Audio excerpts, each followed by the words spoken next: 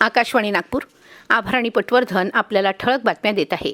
राज्यातल्या महानगरपालिकांच्या निवडणुकीसाठी उमेदवारी अर्ज दाखल करण्याची मुदत आज संपली. अनेक ठिकाणी आज युती आणि आघाडीचा निर्णय होऊन उमेदवार जाहीर झाले. त्यामुळे उमेदवारी अर्ज दाखल करण्यासाठी सगळीकडेच मोठी गर्दी पाहायला मिळाली. नागपूर महानगरपालिका निवडणूक 2026साठी महायुतीच्या 151 उमेदवारांची यादी भाजप शहराध्यक्ष दयाशंकर तिवारी यांनी अधिकृतरित्या जाहीर केली आहे. यात भाजप उमेदवार 143 आणि शिवसेना 8 उमेदवार घोषित करण्यात आले आहेत.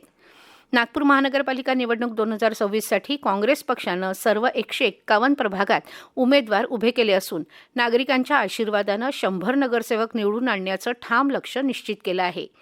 नागपूर महानगरपालिका सार्वत्रिक निवडणूक 2025-26च्या पार्श्वभूमीवर तरुणाई यांच्यासह सर्व मतदारांमध्ये मतदानासाठी जनजागृती करण्याकरता स्वीप अभियानांतर्गत महानगरपालिकेतर्फे शहरात 1 ते 13 जानेवारीपर्यंत विविध उपक्रम राबवले जाणार आहेत. यात सेल्फी पॉइंट, मतदान अधिकार रथ, campus connect program, walk with voter, मतदार जागरूकता बाईक रॅली, मानवी साखळी आणि मकर संक्रांतीनिमित्त शहरात विविध ठिकाणी बलून फेस्टिवलचं आयोजन करून मतदारांमध्ये जनजागृतीसाठी विविध उपक्रम राबवले जाणार आहेत.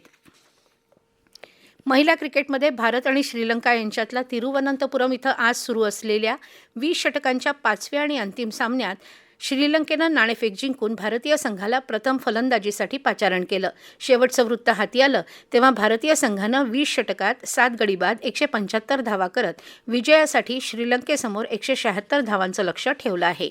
याबरोबरच हे ठळक बातमीपत्र संपलं. नमस्कार.